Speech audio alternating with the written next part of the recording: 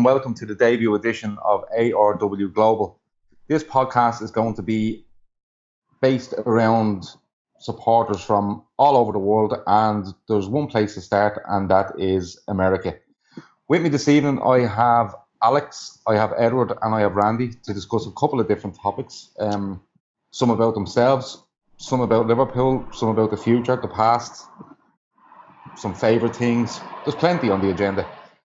What I'm going to start with is some introductions so we get to know all these lads. So I'm going to start with yourself, Randy. Just tell us a little bit about yourself and how you caught the LFC bug, how you became a Liverpool fan. Yeah, thanks, you guys. It's a pleasure to be on with you guys. So I'm from New Jersey, which is in Northeast America, and I'm associated with the Liverpool-Philadelphia group.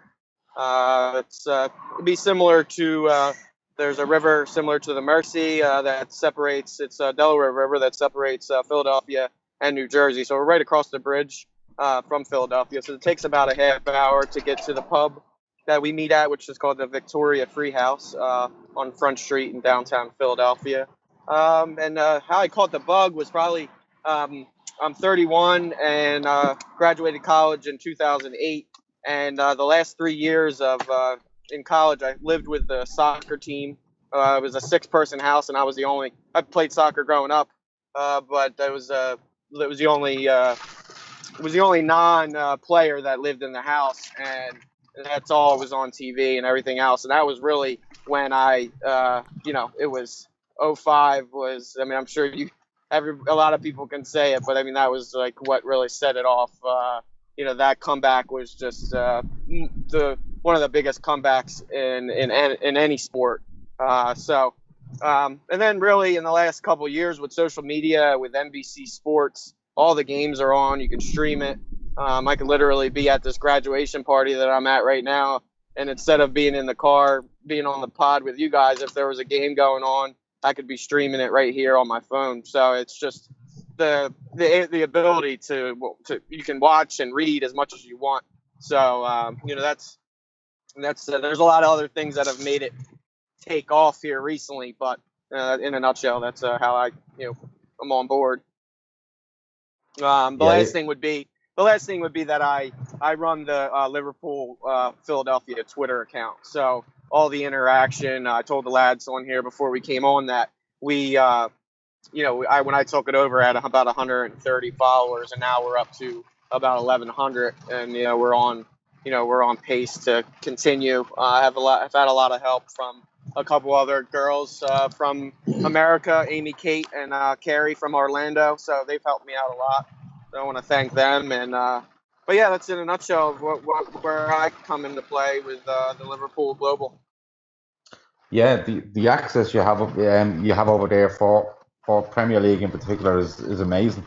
Like even compared to Ireland or England, it's right up there, Yeah, that's the crazy thing. Like the guys, and I'll get into it later, but my trip up to Sunderland, all those guys I've stayed friendly with since I was over in December, January, and it's just I was talking to them, and they're just like, yeah, well, I got to go down to the pub to watch the game. And similar to us with American football, if you like a team that's not in your geographical region, then you have to go down in a place that has a package for the TV sports package. So, I mean, that's the thing. We can watch any team. I mean, even if you're Sunderland, Watford, any of the lower tier teams, as long as they're in the Premier League, you can stream it on the NBC Sports app. So.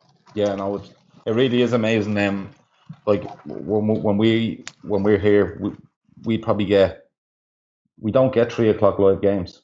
That's being honest. But no, the access is amazing, and the Istanbul story. If that doesn't turn you on to Liverpool, I don't know what will. Yeah, I know. Yep. Alex, I'm going to come to you next.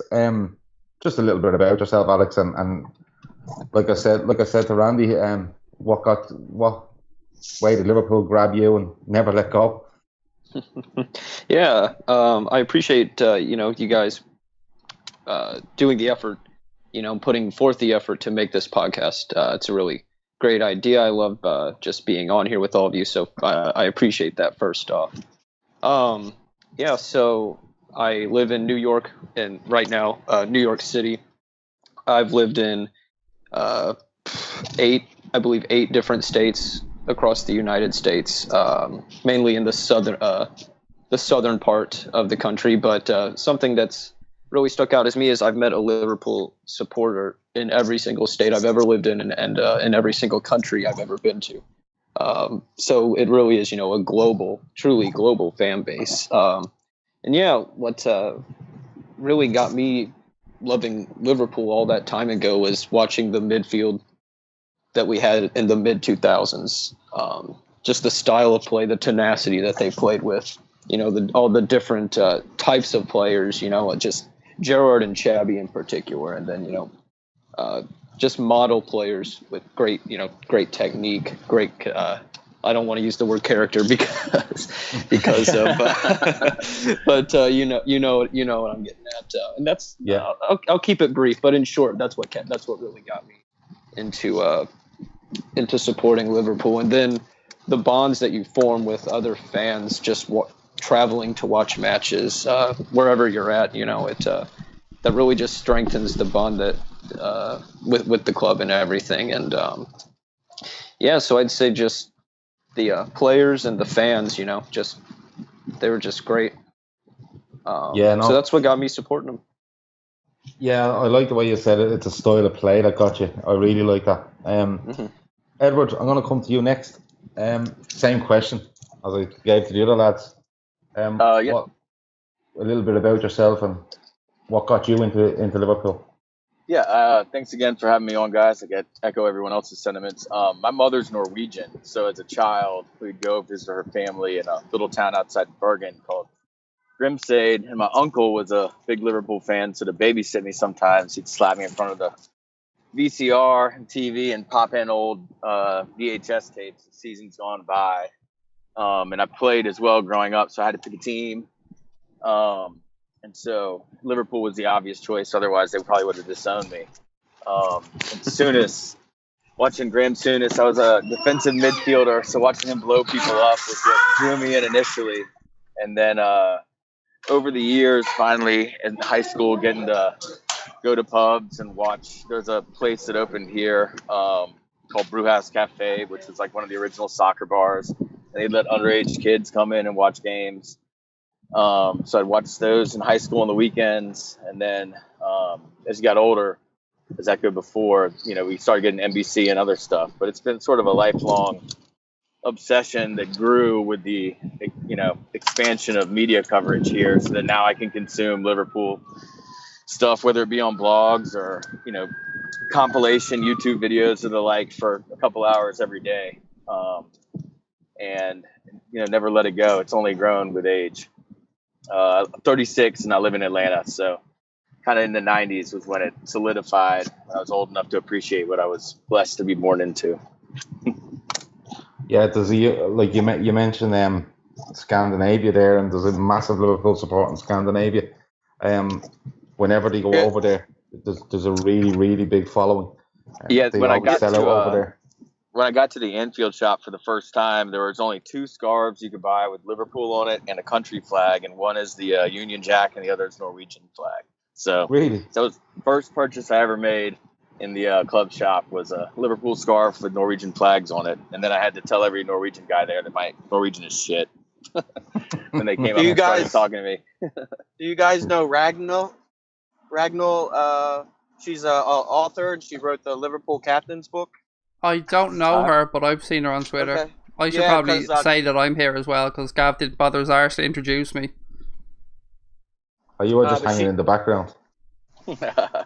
Yeah, she's Norwegian, and when I came over for my first trip to Anfield, there was a thing that the guy Ken Solomon that he set up. He runs great trips. He's from LC Boston, but he set up a meet and greet and a book signing with Ragnall, and she just told us all about herself. But she's a Norwegian, and there's also I don't know his name, but he owns a house. It's right on Anfield Road. And he has all different Norwegians come and stay with him. What I got was just the Norwegian, how many Norwegians and just the the amount that we met is amazing. I just didn't know it was that that big when I went. I didn't expect to meet so many Norwegians in Liverpool, but it was definitely a cool experience. No, it's like, people will tell you we have a huge following all over the world, and that's true. But Scandinavia is right up there with anybody. Now I've heard a lot of stories about Americans in particular. It's usually Americans or Australians about crazy setups for match days. 7 a.m. Getting down to local pubs. Driving for 2 hours to get to a pub. All sorts of stories when it comes to match day. I just wanted to see what your match day will be, and what I'll do is I'll just go for a 3 p.m. British time kick-off. And what would your regular match day be, Randy? When you go and Liverpool play on a Saturday at 3 p.m. in Liverpool, what's your day like? Is there a big commute to get to the bar, or is it stay at home and watch them? So that would be 10 o'clock. 10 o'clock in the morning for us, so it's 5-hour difference. If it was it's about a half hour, 40 minutes over to the bar. Parking can be a little bit of a trouble. Probably the better one to say it was a noon game for you guys that were there, so it would be 7 o'clock in the morning. There is an ordinance in the city of Philadelphia where they can't legally serve alcohol before 9 a.m. So that would be a noon game. 12 noon would be 7 o'clock in the morning. So, that just throws a wrench into it. But I mean, a lot of people, over here that aren't into it, they'll kind of look at you cross-eyed when you're like, yeah, I'm going to set my alarm for 6:30, 6 o'clock on a Saturday morning just to drive up and watch. But, I'm setting an alarm for myself and, turning over and I'm putting the headphones in and I'm watching the game on my phone if it's not on TV. But I mean, that's the thing, Liverpool, and we're blessed. They're always, like I said, you can stream it through NBC Sports, but they're always on. They're always on. So I mean, why wouldn't the best team in the world be always on TV? So I mean, that's how I feel. But it's the Victoria Free House, so it's a authentic British pub that we go to. I mean, you guys, there's a couple guys in our group. One's name is Mark Jenkinson. He's from Liverpool. He grew up over there and moved. He met his wife in London when he worked there, and then he ended up moving over here. So, he gives me perspective of, the 70s and the 80s, and then also just, authentic British, perspective on how things are, both with the club and, when it comes to culture. So, I mean, that's been, one thing for me to piggyback how I got into it and everything else. It's just, I just feel a connection with, with you guys more because I have his connection. And not to be too long-winded, but what one of my biggest things on how here recently in the last 5 years probably is they made the 30 for 30 soccer stories on the Hillsborough disaster. So there's the 30 for 30 is a ESPN documentary series on all different sports issues. So they did that, and that just really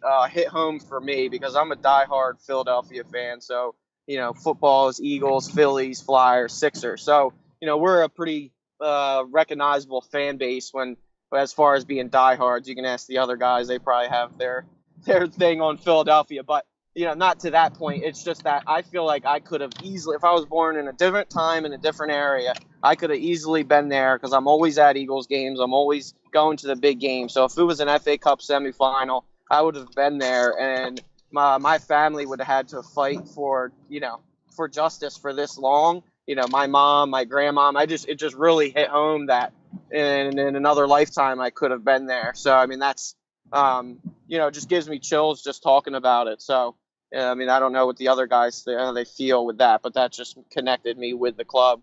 It's I wouldn't want a tragedy to connect me more, but it definitely has. Yeah, the documentary you speak of, I've watched it on a few times, and it's probably the best one out there about it. Alex, your normal day for match day, is it an early rise? Is it a long commute? Is there any strange goings on in order to get to see the games? Yeah, it's it's quite a commute if I go to the bar that I normally go to, which is 11th Street Bar in Lower East Manhattan in a neighborhood called the East Village. That's a 11th Street Bar. That's sweet. I've been there twice. Yeah, great bar. It's wonderful. It's honestly the second best place. The only thing that can be better than watching a match in that pub is being there live, I think. I mean, it's great atmosphere. They always have former people, from the club. They've had a former manager there. I met David Fairclough there after the Watford match. But yeah, so if the match is at 3:00, that'd be 10 a.m. kickoff. So I would have to wake up probably around 7 a.m. and I would have to take a bus to that's about a 15-minute bus ride to a half-hour boat ride, walk to the subway, take 2 different trains, and then walk a short walk over to get to this bar. So it'll probably take usually about an hour 45 to 2 hours to get to this pub from where I'm at right now. So yeah, it's a commute, but it's definitely worth it. It's nice not having to drive, so you can cut loose a little bit at the bar while the match is going on. You don't have to worry about driving back and all that, so you can really just have a great time there. And again, the atmosphere is great. It's always extremely packed. Even before the match, they'll have to stop allowing people from coming in, so they actually have an overflow bar like 2 blocks away. Called the Grafton. I've heard about this. I've heard about this. You need to be there really early in order to get into that pub. You do. You have to go there right when they usually open the door an hour or a half hour before the match, just depending on what time the kickoff is. But yeah, so it's funny on the New Year's Eve match against City, we actually had to go to the overflow bar, the Grafton, and you could walk in there. You walked in there and you couldn't even find a place to stand. It was just jam packed. You couldn't even move. It was just shoulder to shoulder. So definitely not the safest thing, but when you get a couple beers in, you just tend to not really care about that, and you're so focused on what's going on with the match. There are times though, if it's a very early kickoff, sometimes I've just stayed up from the night before and didn't go to sleep until after the Liverpool match ended. I've done that on many occasions. I've done that myself. I'm watching the game at 3 in the afternoon, so but that's a whole different story. Alex, real quick, Alex. The one time I went to the 11th Street was last season. There was the Norwich City match when Klopp's glasses got broken. And there was a blizzard in New York City. Me and my fiance, it was my girlfriend at the time, had a weekend trip.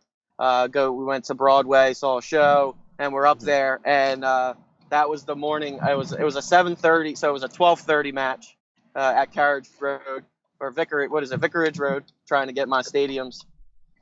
Maybe I'm off, but anyway, so it was a Norwich City match, but I think it was 5-4, and they came back, and that's when Lallana ripped his shirt off, but it was probably 30 inches of snow, and I trekked down to 11th Street. I got an Uber at 6:30 in the morning. It was pretty wild. It's great. Lovely neighborhood, the East Village. Yeah, it is one of the nicer in New York. So, but go ahead, guys. Sorry, Edward. God, these lads are traveling in snow, blizzards, and everything else. You're gonna have some job to match this. What's your day like? Yeah, you don't have to worry about the snow down here in Atlanta. For me, it's totally contingent on how big the game is and whether my wife is going to kick me out of the house for acting like an unhinged maniac by screaming and yelling. I've got a buddy who's an Arsenal fan that I'm slowly converting to a Liverpool fan that comes if it's a low-key game, and he just will come over and we'll make some Bloody Marys and hang out and watch the game. If I'm going to be unhinged, or if it'll be 7:30 in a slightly important game in the morning, then I'll roll to one of 2 bars. There's one downtown that's Liverpool only, pretty much, called Meehan's. That's where the official supporter club meets, and they're a good group of guys. But since you're drinking at the match, driving back from there is not a good idea. There's another one that's walking distance, and I live right by Little 5 Points, called Brew House. It's old, a good spot, and they'll serve you special juice if it's Sunday morning. Special juice. And they it's a good crowd. Like the folks will do all the chanting, and it's like you recognize faces from a pretty far while back. And there's about 3 Liverpudlian transplants as well that live in town that come down there that kind of help add a sense of authenticity, if you will. That if I bring new folks along who don't really watch soccer, it kind of helps to have some British people there to talk to them about how great it is as well, and add a little special gloss to their day. But those are usually how it works around here. It's just whether or not I'm going to be told I need to get the hell out because she doesn't like me screaming obscenities at the television at 7, 8, 9 in the morning. Yeah, if my wife worked on that kind of schedule, I'd be telling her it's a big game and I'm going to roar and scream. And if she throws me to the pub every week, I've no issues with that. I'm just going to move on to more football things now, and I'm just briefly from you all. Really 2 simple questions, and you can just keep this one brief and just let me know what you think. A, were you happy with 4th place last season? And B, what was the actual expectation before the season started? And C, whose fucking radio is that blaring in the background? I just popped in. I had to run to the back bedroom. It's good now. Sorry. Okay. You want me to start it again? No, that's all right. Work away. I mean, it's Saturday. It's Saturday. It's a beautiful summer, so it's hard right now, guys. My wife just throwing a party. Sorry, Saturday guys. night. Yeah. No I'm at a graduation party. I'm sitting in the car. So Randy, I'm going to you first. A, were you happy with 4th place? And B, what were you expecting at the start of last season? I think the goal before the season started, it was top 4. And then after the start of the season, on how well it happened. For me, I was coming over for the city match on New Year's Eve, so that was just matching up. 1-2. I think it turned out to be 2nd against 3rd. And so my expectation was kind of just riding on wanting that to mean a lot, and I knew it eventually would. But like I said, my goal was for, and I just think that a goal. I mean, for me, it really goes back to where Liverpool falls into my sports fandom, as I call it. A lot of my teams in Philadelphia are rebuilding. So I have that mentality, or that I have patience. I trust Jurgen more than anybody to run our team. So goal was top 4 because I feel like that matters so much with the potential signings. But I think we're on a 2-3 year plan to win the league, get back into European glory. So definitely top 4. And then maybe as the season went on, the beginning of it, I'm like, oh, maybe we could win the league. I mean, we were up there, and then just the injury bug, not playing well against the bottom half. So then after a while, you start other scoreboard watching to see what Arsenal did. What the team we don't speak about, what they were doing. So. I mean, it just top 4 was my expectation in a nutshell. Yeah, you were more optimistic than I was. I called at the start of last season about 6th place, simply because what other clubs have done around us. But we got there in the end, so for what it's worth, I was more than happy with it. Alex, was top 4 your prediction for the start of the season, and did it come true, or did you expect a little bit more or a little bit less? I expected, honestly, 3rd or 4th place. I was more. I thought 4th was the most likely scenario. That ended up being the case. At the same time, you can't help but wonder what could have been if Coutinho never got injured, if Henderson could have stayed fit throughout the year, what could have happened if Lallana didn't get injured after that spell with England.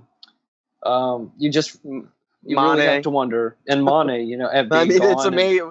When you start naming all them off, it's wild to think like we still did what we did with all those injuries. Exactly.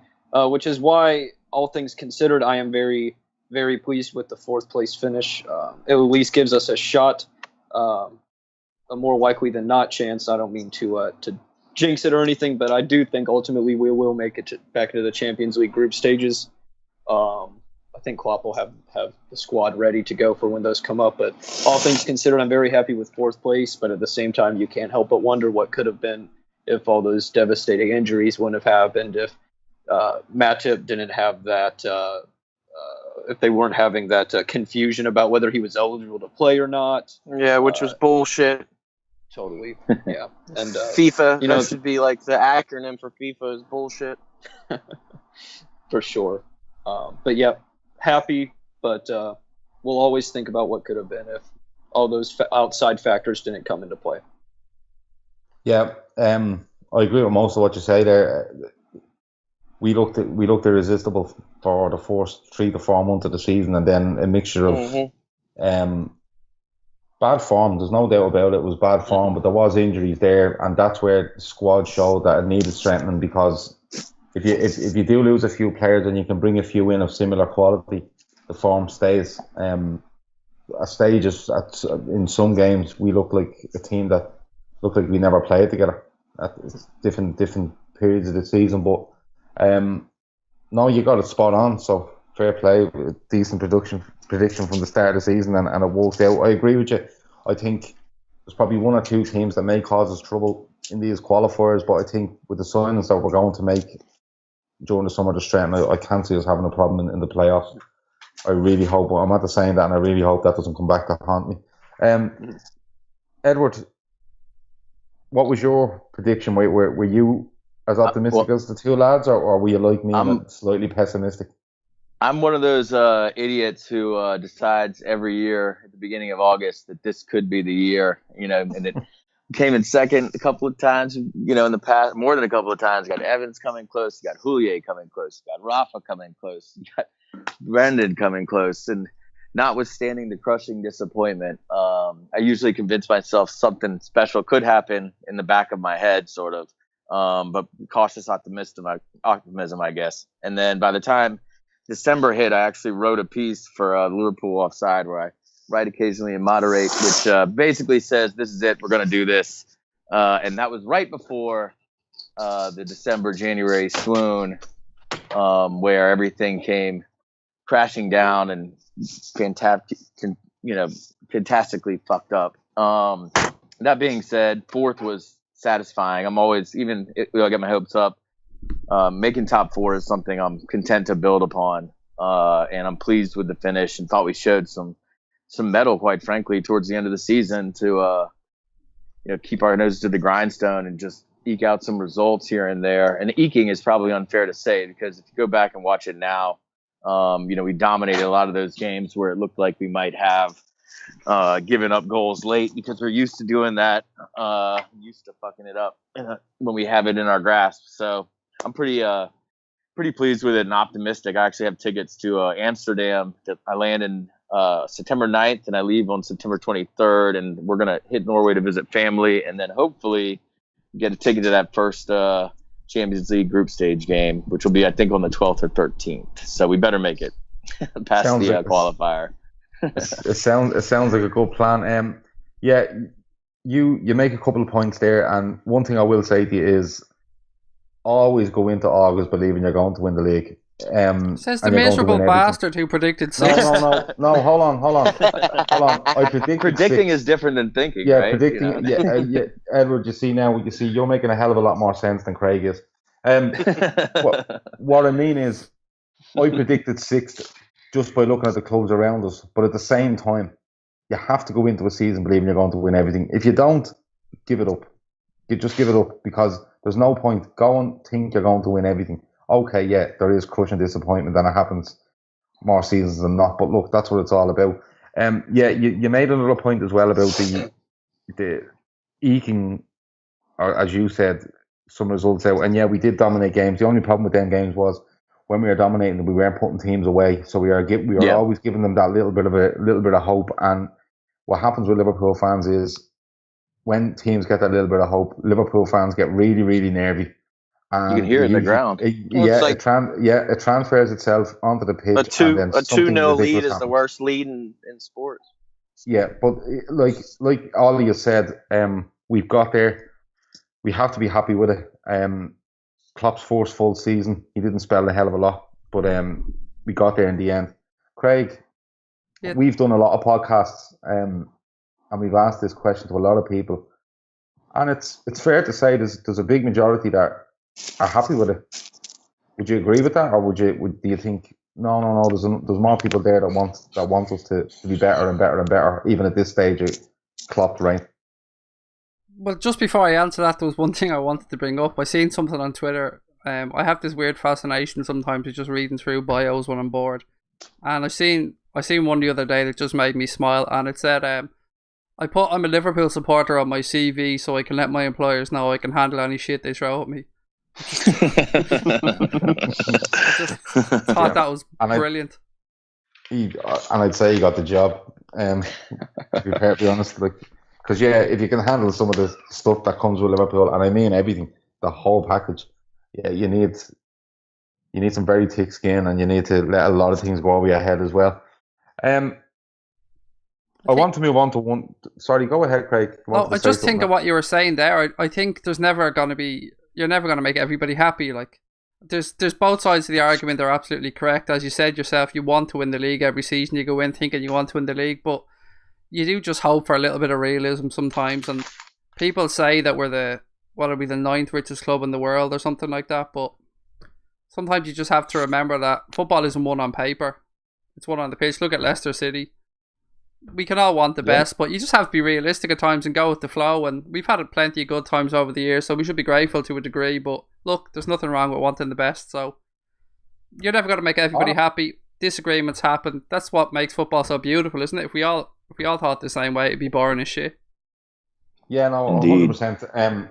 But like I was saying earlier, you have to have some sort of realism. Like, now, don't get me wrong, I go into every season thinking, in the back of my head, we'll do it, and then I have a look around, and then that pessimist does kind of come in, and I'd make a prediction on. Yeah, but tell the truth though. By Christmas this year, you were booking the flights for May, weren't you? You were looking at the hotels. Not. Me and Ben were there planning the parade and everything. I'll tell you why.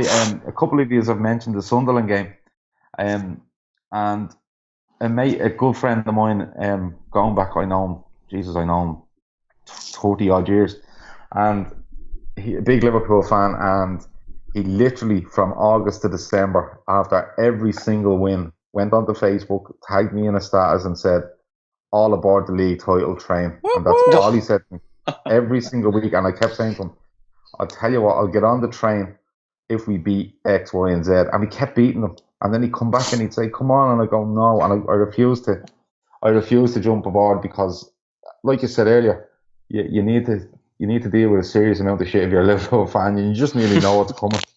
But the team needs strengthening in the summer. I'm sure if you go on Twitter, you can have a right old time reading everyone, that seems to know everything that goes on in the club, and they can tell you who's signing and when they're signing, and they haven't got a clue what they're talking about.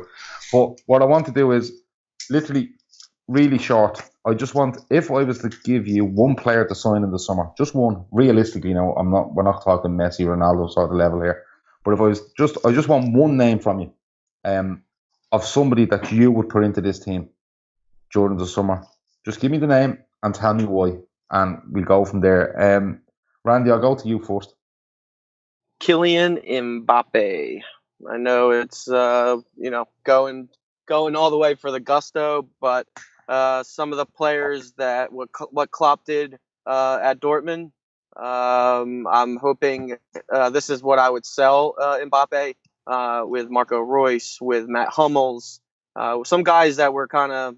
I mean, it's a little bit different. He's a 19-year-old sensation, but I mean, I just think that's to make a splash, and I would love it. I mean, I watched, once the season was over, I was on the Monaco wagon just because I loved how they played. It was, it's like Jurgen Klopp, rock and roll type of heavy metal football, score goals up and back. It was just exciting to watch, and they were the little bit of the underdog. So it would be Mbappe. I just think it would just show everybody that, the Liverpool's here and we're ready to, we're back soon. We'll be, what's it in Ukraine or Russia?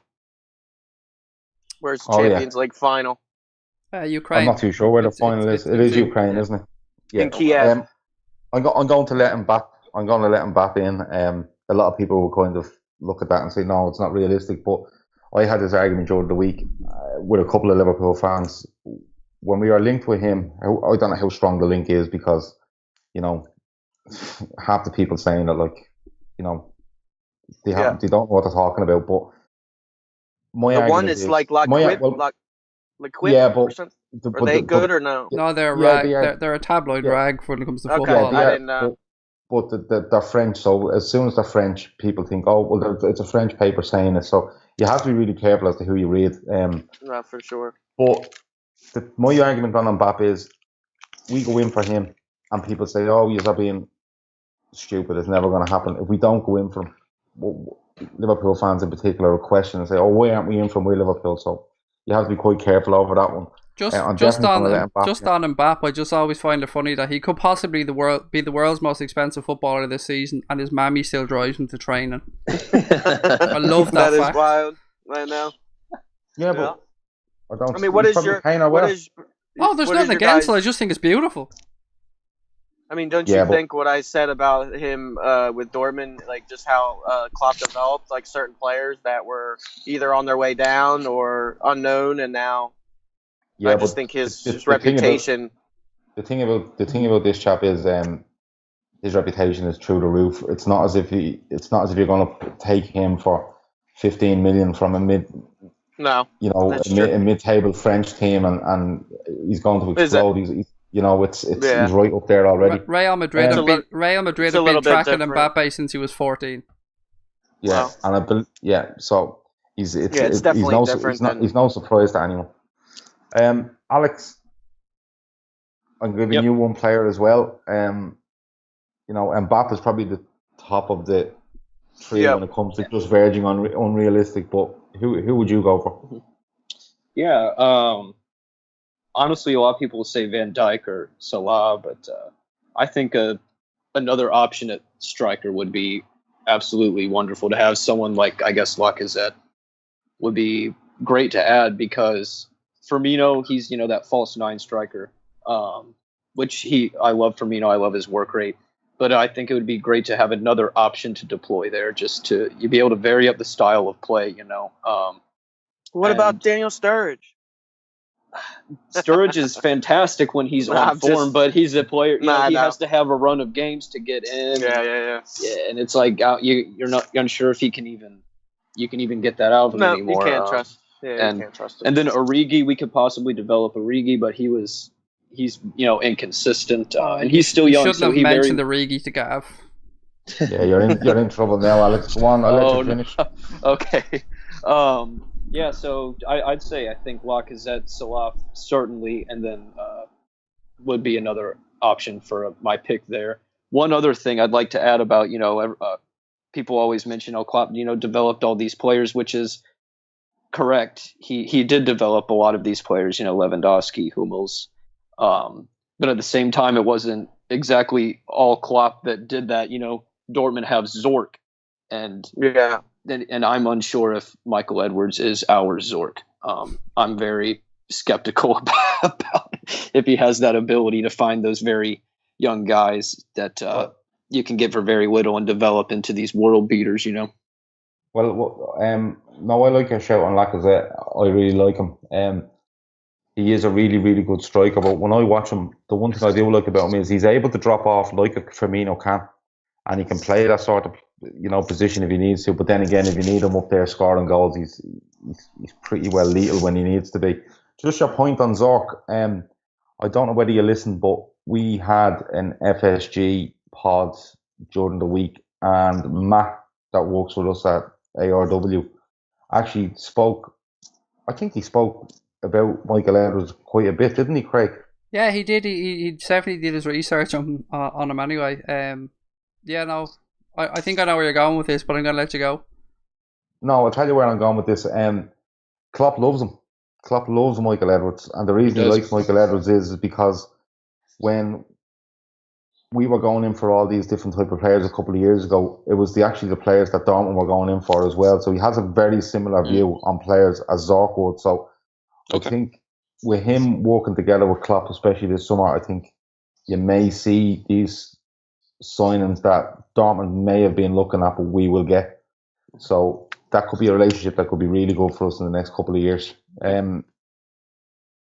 Edward, one player. Lacazette's off the table. Oh, sorry, Edward. Before I go, Origi. I might as well have another go at Origi while I'm here. I don't rate him, just to let you all know that. Shock horror. He had a decent period the season before last. He had a decent 5 or 6 game period last season, and in between that, I just do not rate him. I don't think he's going to make it at Liverpool, and I think the first chance we get, we may use him as a make weight in some sort of deal for somebody, maybe a big transfer, maybe he may get loaned. With this talk of Sturridge maybe staying, I'd fear for Origi, but look, you could prove me wrong, but I'm saying I don't rate him and I'm sticking by it. Sorry, Edward, I'm going to get back to you. Lacazette is off the table, Mbappe's off the table. Who are you picking?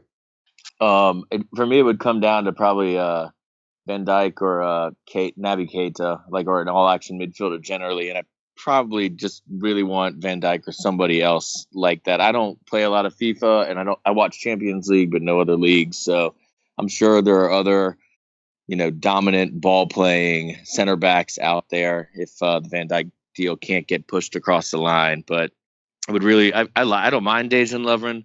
He does not do my head in the way he does in some folks, but he is prone to losing his focus and making absolutely absurd decisions sometimes, and then sometimes letting that affect him for the rest of the game.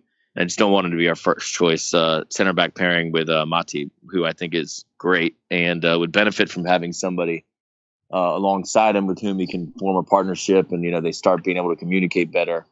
And they're both ball carrying guys who can bring the ball out of the back quickly if the counterattack can't be sprung. And we're facing these low block teams. It would help to have some guys who are adept with the ball at their feet back there, rather than Lovren, who is just a disaster, who thinks he can play the Stevie G Hollywood ball. And it's infuriating when he's just gifting away possession like that. We're trying to recycle and find a new point of attack. So that's probably who I'd settle on. In my dreams, maybe Aubameyang too, but I'm taking those off the table because they don't seem that realistic. You've gone with who I would have gone with, and it's Van Dijk all day long. You have to sign the centre half. We've no problem scoring goals and playing football. We have a problem with dealing with other teams' attack. So Van Dijk would have been mine. I'm going to let Craig pick one as well, just so we can put his head in the block, and I can tell everybody who he picks, and I can spread it all over our group, and then we can have a real good go at him for the next week or so. So Craig, who are you with? You see, it wouldn't take much investigating to find out who my pick would be, because it's not going to happen, but in price-wise, we could certainly afford him, but it's not going to happen.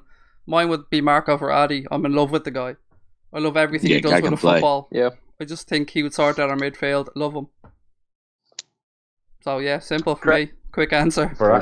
No, not a bad show. Not a bad show. So, put that all over Twitter. Bitch! Yeah. So, quick question: What would your midfield three be, including Verratti? See, would you change formation? It depends on Henderson. Just curious. You give me a fit Henderson, and it would be, if Verratti's in the team, it would be Henderson, Coutinho, Verratti. But there's a shout for Chan as well, to be fair. So it's a tough call. Yeah, we've talked about Henderson a little bit, and I'm a huge Henderson fan, by the way. So am I, but I don't think he's at the club this time next year. No, I think there's something up about his injury that either we're not hearing, or I just have a really bad feeling for the guy, and I really rate him as a player. Just can't really get a straight story about what's really going on. That's very concerning. For me, what Henderson can do better than any other midfielder we have at the club is dictate the tempo of a game, and that's what I think our other midfielders lack. Whatever about passing range and stuff, that's his biggest attribute for me. I think we noticed a little bit towards the end of the season, though. Emre Can seemed to quicken up his play, and that might be something that's being drilled into him. And if it is drilled into him, and he does recycle play or set a tempo, he's a better player than Jordan Henderson. It's as simple as that. Well, Henderson hasn't scored an overhead against Watford yet. Yeah, but if he did, his heel would probably fall off, and that'd be the end of him. Right, I'm gonna move on, and this is the one that when we drew up this agenda, this is the one I wanted to hear from you most about, and it's the Fenway Sports Group. There's a lot of you over in the UK and Ireland about the Fenway Sports Group. Who are they? What are they? What's their intentions? How, over here you're basically pro or anti. If you're in the middle, there's something wrong with you. But that's what people think. So, Randy, FSG, from a US point of view, what do you think of FSG? Well, I mean, FSG, I think it's very similar, what they've done at Liverpool. Boston Red Sox are a, very historic team with a historic stadium. So you could say the same thing about Liverpool. Historic team, historic stadium. There was, I have family in New England, so I know a lot about, the Red Sox. And this is years back now, 20 years or so, but there was talk they wanted to build a new stadium. They opted to renovate Fenway because it's a landmark. And, I don't know if there was talk to build a new stadium. I doubt it. But I just don't think that it's a money grab to increase the stadium. I mean, that's the same thing that they did with, I mean, obviously there's money involved, but I don't think that's their number one intention by adding the huge main stand. I think it's going to continue. There's going to be, I think the Anfield Road end, or, there's some other talk about some more expansion, I believe. So as far as that, I think that aligns pretty similar to the Red Sox. And I mean, the Red Sox, their payroll is always the top of Major League Baseball. They go out and sign top free agents all the time. So I don't see how. But with Liverpool, I feel like there has been a little bit of reluctancy of going out and signing. Who I feel like Liverpool should be able to go out and similar to what I just said about Mbappe. Some people would laugh at you. That would be a realistic target, but I feel like Liverpool, they should be in those talks. And then I feel like the money's there. So there's definitely a big. Would you say it's 70-30, FSG out 30% are in support over there, or what would be the number out of 100%? No, I think over here you're probably looking at, God, if I was to put a figure on it, you're probably looking at about 50% are more or less 50. Happy with them. You would have maybe 60-40, 50-50 around that. Yeah, but it's probably split three ways. Yeah, I was just going to say what Gab's going to say. Yeah, it'd probably be split three ways. So you probably have 40% say that are happy with them. And are quite patient and can see what they're doing, and or can understand what they're doing. I'm not going to say see what you're doing, because then it looks like other people don't. There's probably 40% that are kind of down the middle. They could go either way, depending on basically how this summer goes, I think. And then there's 20%, I think, that are just completely against them. And no matter what, the only way you get turn these people around, to me, is if they go out and spend somewhere in the region of £300 million on players, and that's simply not going to happen. No. So my thing was I was going to see what happens this summer. I mean, not the 300. Yeah, you're not alone there. To be honest, that's where I am. That's exactly where I am. Yeah, you're not alone there, and I wouldn't be afraid to admit it.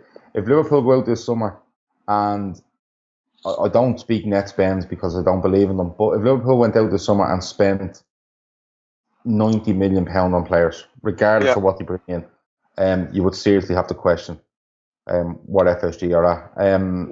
I mean, like you said, with regards to money grabs, they could have walked into that club in 2010, wasn't it? 10. Mm-hmm. They could have walked in, put £300 million down, paid off debts, kept it for 2 years, and made 200 or 300 million easy, walk away, and never invested a penny. They haven't. They've stayed. They've expanded. Now, a lot of people see that as, they're expanding to obviously up their take when it comes to it. But I don't know. I mean, I don't know. Like that's why, like, even talking to you, I'm right down the middle on them. You know.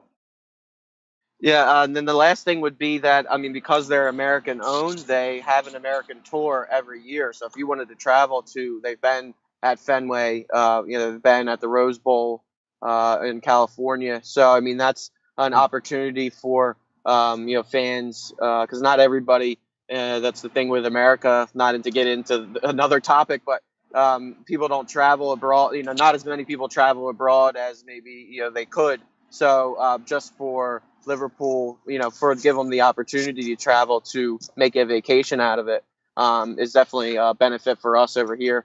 So we're familiar. I mean, it's crazy. Like, I mean, I don't believe, you correct me if I'm wrong, but I don't think there's any Dunkin' Donuts in Liverpool. And then Dunkin' Donuts is all over the side as an advertisement. So it feels, it's maybe something stupid, but it just feels, it feels like at home. It doesn't seem that different anymore than an American sport. Yeah, but with the likes of Dunkin' Donuts and other sponsors, these companies know who Liverpool are, and they don't care where they play. It's Liverpool, and if you associate yourselves with Liverpool, it's a big name all over the world. Alex, what's your take on FSG? First of all, are you happy with them? Are you against them? Are you in the middle? What's your view from over in America about them? I'm pretty in the middle about them, honestly. Honestly, them being an American sports group, that has absolutely no impact on my opinion about them. I could care less, or I couldn't care less, really. As far as the spending money argument, my biggest thing with that is spending money doesn't always equal immediate success, which is what a lot of the FSG out crowd seem to believe wholeheartedly.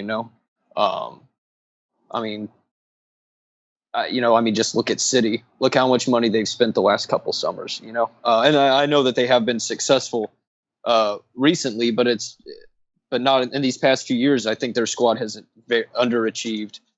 They went out, they got one of the most highly rated managers in the world. They spend a lot of money. They got all these players, and they finished third when and in reality, it could have been even lower if Liverpool hadn't gone into a slump. But however, people think that FSG are afraid to spend money. I think I don't believe that that's true. Just look at how much they've invested. They've invested in the stadium. They have bought players. Could they have spent a little bit more for a little bit more quality? Yeah, I'm sure they could have. I don't think they're necessarily afraid to spend, though. That's it was already brought up before, but look at the Red Sox. They have the contracts they sign with these players, the money that they spend in free agency. FSG aren't afraid to spend. I just think Liverpool are in a very bad place, and I think it is a long-term project to bring them back to where they were. Could more progress have been made under FSG in in the time allotted that they've had? Maybe. That's all speculation, though. I'm currently not FSG out. I'm not really FSG in. I'm not sure that they're the best owners for the club right now. However, I do think it could be a lot worse. I'm just very in the middle right now. I have the perspective of, let's see what happens this summer. Let's see how they manage. Let's see what they do this summer. And then I'll make my judgment based upon the signings they make. And one thing that really does annoy me is they're very see-through when it comes to their PR stunts. That's one thing that really irritates the living hell out of me, is they're just blatant moves, to up their reputation, just their PR game. It annoys me to no end. But that's pretty much my opinions on them. Can I just ask the guys one quick question about FSG as Americans? Do you think that the fact that deep down that they are Red Sox fans makes a difference to them loosening the purse strings with the Red Sox, and that they have a real heartfelt interest in their success compared to Liverpool, which obviously they just bought as a business? Well, if I can go first, I guess. Honestly, I don't think so. I do think that the guys that they put in, the CEOs, they put on these directors of sport. I think they give a lot of autonomy to these guys, just from my view of it. I think that they see a lot of parallels between the Red Sox and Liverpool, just with them being so historically important to their specific geographical areas, their success throughout history, just they're extremely well known. So I think they see a lot of parallels. I don't think that it would really be an overriding factor in a lot of their decision making. But I'd love to hear anyone who thinks differently about it, because I can definitely see the argument for the other opinion. But me personally, I don't feel that way. Well, the origin story on the purchase was one of either Tom Werner or John Henry's fellow executives is a rabid Liverpool fan, and had been watching the fucking dumpster fire that was Hicks and Gillette that almost put our club in administration, and came to them and was like, "Please come save Liverpool." Convinced them to punt up a bunch of money, and then they managed to grab the club out from under Hicks and Gillette, based on that RBS debt. That being said, it may affect them that they don't. I think part of it is that they came in not knowing that much about football, and they got burned with some signings. We've had manager turnover. It reminds me of like NBA fans here sometimes who think a new coach is going to fix everything. I mean, it's a team sport where like the team playing together and gelling is imperative. And so you've got a couple years of Hodgson, a couple years of Kenny, a couple years of BR, and now Jurgen has got a year and a half. And it's just time to like let one vision take the club forward. And I think, them coupled with somebody who can show them that the vision is working, you'll see the purse strings loosen up. I mean, even after they took off the Red Sox, they didn't just immediately go out there and start signing guys to $200 million contracts. And to be fair, they found a guy named Theo Epstein who, had a vision for the front office, eventually ascended to the general manager, and then took the Red Sox to where they were, showing, FSG that he was competent to start wielding $500 million in contracts signings, in the course of one off season. And that's kind of brings, like y'all have said before, this summer is key sort of to see what it is they're willing to put up for Jurgen to use, if they're willing to back him, because he's certainly shown, in the past couple of years that he knows what he's doing. And I do think that the fact that they've been good stewards of Boston in the sense that they kept Fenway, which was a landmark, and there were talks about doing either a significant revamp or building a new stadium, and they opted to keep the stadium as is, and it is a beautiful baseball park. I no longer follow baseball because my team has decided to leave my city for the disgusting suburbs of Atlanta. But I've been to Fenway a couple of times, and it's absolutely beautiful. And I was, by the time I went to Anfield, I was terrified. It might have been before they had either torn it down or put in the main stand. I was able to see it as the original, but I hear the main stand is a nice addition. It certainly looks like it on the television. And I think that, part of the reason I'm pro FSG too is that, I don't want some oil sheik who happens to use slave labor to build stadiums, fund God knows what, owning our club, nor do I want some Russian billionaire oligarch who, Lord knows what he did to get where he was. I think there's a certain, I've neglected to mention it before, but part of the reason I'm a Liverpool fan is because of the politics of the team, and because they've always been a very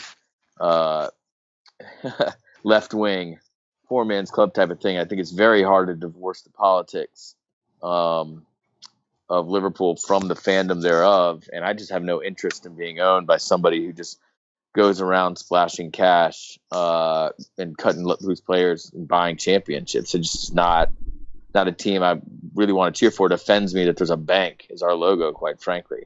So for now, FSGN, and if they don't, manage to make some decent effort to sign some players, then in the next year, or this summer rather, then I'll obviously reevaluate. Or if Jurgen starts not towing the company line. But for now, I trust in Jurgen. And I think he came on board with his eyes fully open as to what it is they want to do. And I think that we'll probably see some serious backing. Whether it'll be players that we all want is a separate question, obviously. And then we can question whether or not the director of football knows what he's doing, or Jurgen's, whether or not he has control. But I wouldn't be surprised to see the purse strings loosen up significantly in the coming years as they figure out the different revenue streams. It's definitely, like, listening to you all, it just shows how big the summer is, not only for players coming in, but for the mentality and the happiness of probably of the fans. Randy, I think you just wanted to jump back in there. Did you? Yeah, just and he touched on it at the end. I think the best thing they have done is hiring Jurgen Klopp. So they have, I think they have their guy, and they just need to give him, what he needs, and I think even if they're not football guys, they have somebody that's just a rabid football guy and has had success. So I think they made a great move when they did that. It could have been, I don't know who would have been there if not, but I think that was they hit right on that. So yeah, absolutely. Klopp is an outstanding manager in my opinion. He definitely did come in with his eyes wide open. It showed again when he I think he extended the contract after one season, and it's now 6 years. He wouldn't have walked into that and signed that deal, and if he didn't know exactly what the plan was. So yeah, look, let's see how the summer goes. I think we all feel like that. Let's see how the summer goes, and we go from there. The last thing, because I've kept it long enough, is just a little bit of fun at the end. I'm looking for your favourite memory as a Liverpool fan and your favourite player, past or present again. You'll have a shout out. And instead of going to any of you guys, I'm going to go to Craig first, because I don't actually know what Craig's favourite memory or favourite player is. So, Craig, shoot first. Let the lads have a little think about it. My favourite memory was obviously being in Istanbul. Like, that's straightforward. Oh, wow. Favourite player is a tough one.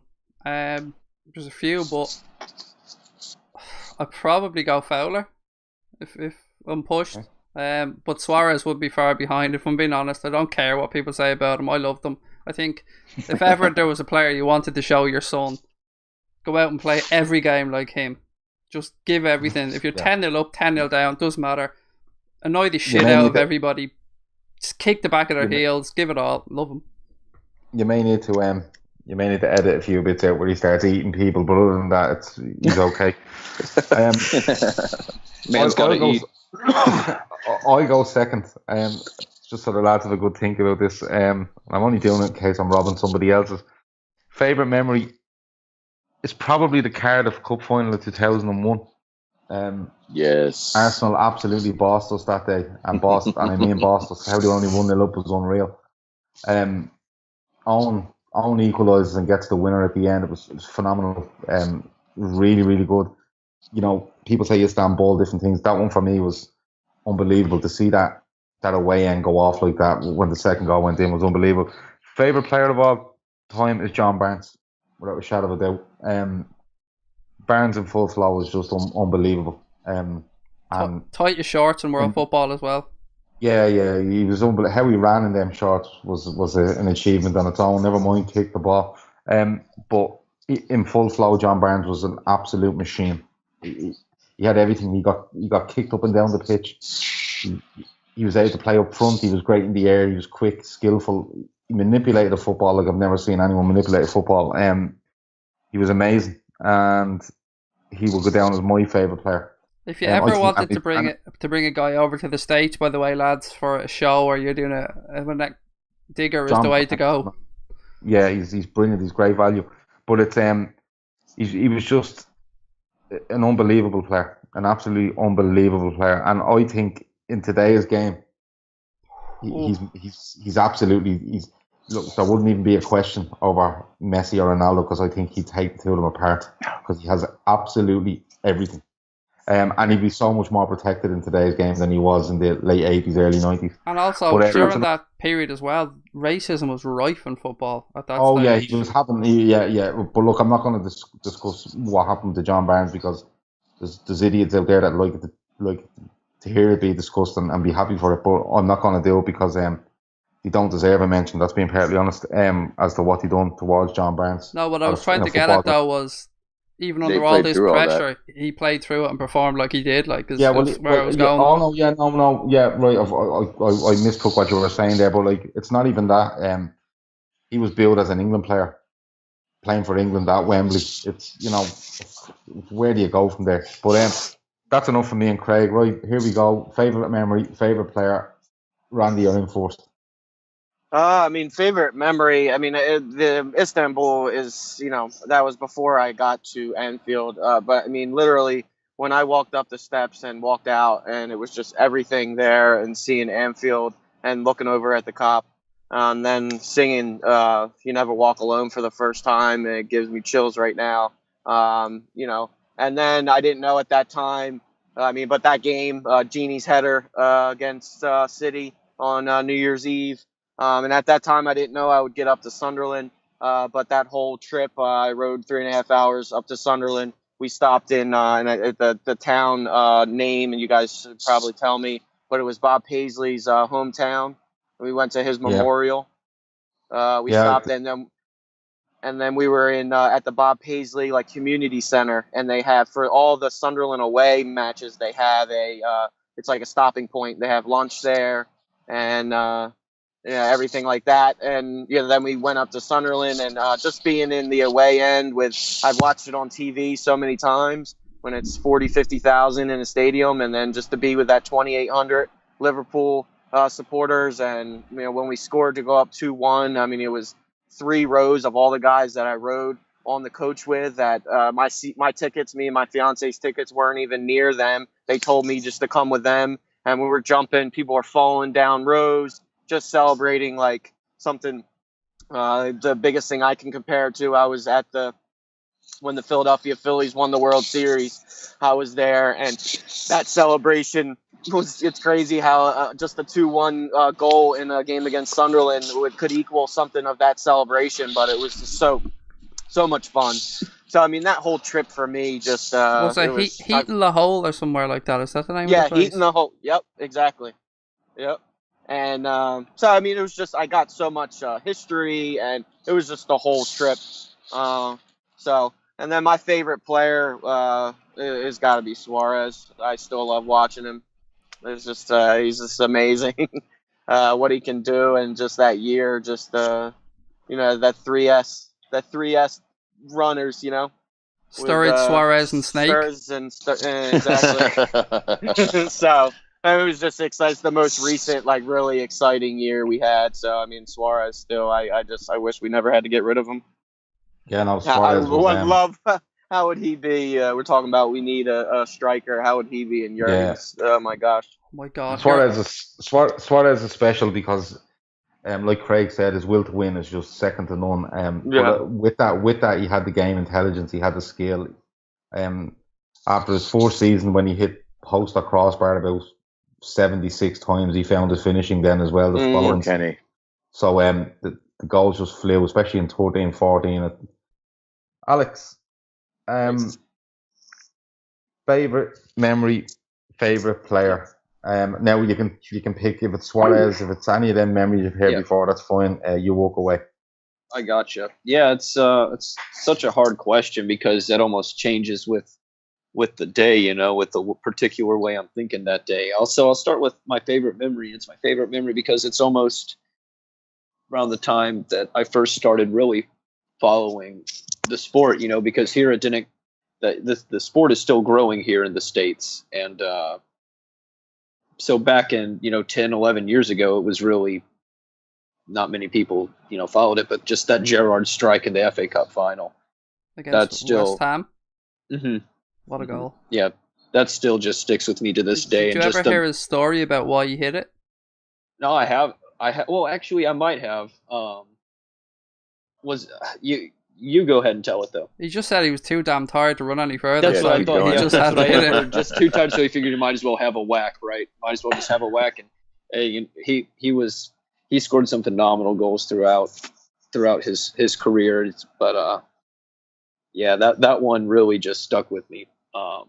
as far as favorite player, that one's really also a very difficult question. I have a couple honorable mentions as well. Just I have to say my favorite Liverpool player since I've been a supporter, although I hate the way that he left, Xavi was just his ability to, dictate pace, spread the ball.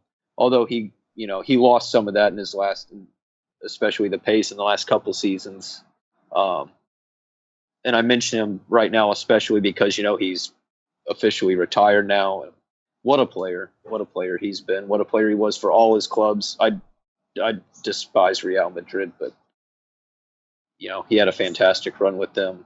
I love him. And of course, Gerrard, it's almost a gimme, Xavi Alonso was one suave son of a bitch as well.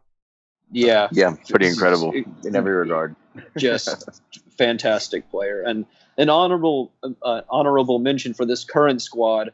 He's been getting a lot of stick recently, and I might get some stick for mentioning him, is James Milner.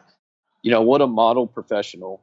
He signed for the club on, under the pretense that he would be playing in his preferred position of central midfield, but Klopp wanted him to give it a go at left back, and he just gives whatever he can for the team, whatever the team needs. And what a model professional. That's all you can.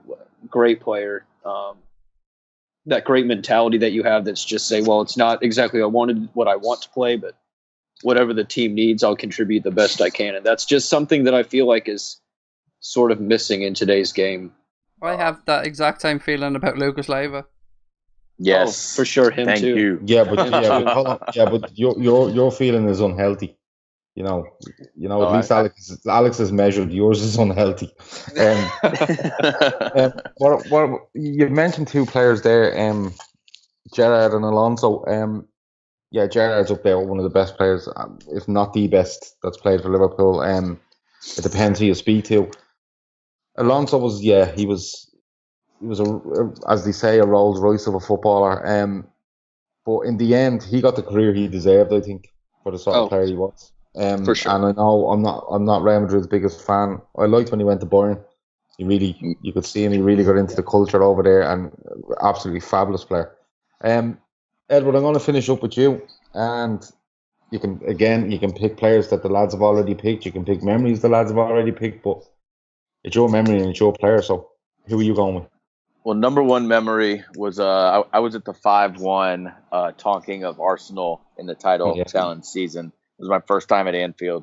I went by myself to Liverpool. My wife had no interest in going, so I zipped over and landed in Thursday, hung out Friday, went out to Melwood, watched over the wall, tried to get some autographs, didn't work out.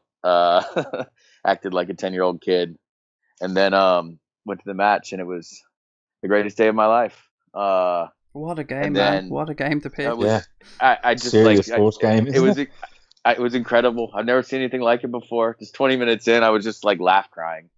And then favorite player is Stevie G, hands down, because I was a center midfielder who liked to go box to box, and so I just idolized him. But before that, it was Souness, and then honorable mentions for Gary Mack, who would also slide in with one of my favorite moments. That goal from 40 yards against the Bitters was incredible. And then I actually had to watch Istanbul on the old ESPN Gamecast, which was just like written updates because I had just started a new job. So from that season, it was the Olympiacos goal. I've never let out a scream like that in public in my life when he hit that in from Meller. Those would be mine. It'd probably go Stevie, Souness, Gary Mack, and then probably Lucas, and then I think Emre Can is probably going to become my new favorite player after Lucas decides to leave us. I love those big nasty midfielders, man. I know there's another American friend who loves Emre Can. I know Kerry's a huge Emre Can fan. Nice. So I think he's going to win a lot of people's hearts over the coming years as well. What do you think, Gav? Yeah, I've high hopes for Emre Can. As I said earlier, there's a different part of his game over the last month or so of the season, especially with regards to the distribution and how quick it is. And that's the only thing you could really label against him. Maybe some people say, oh, he's not quick enough on the turn over the first 5 yards. But the thing about Emre Can is if you watch him, you might turn him and you might get a 5 yard start, but there's no way you're beating him over 20 yards because he will get hold of you. And if he puts a shoulder on you, there's only one winner and it's him. But no, I think he's a massive part to play. The talks are that his contract is nearly sorted, and fingers crossed it is, because I wouldn't like to lose a player like that. But lads, look, we've come to the end. It's been a great chat. Really interesting hearing about all things Liverpool from America. It's been really good. So I'd like to thank Alex, Randy, Edward. I'd like to thank Craig, even though I didn't introduce him, but I'd like to thank him anyway. And look, I managed not to say across the pond, up the Reds.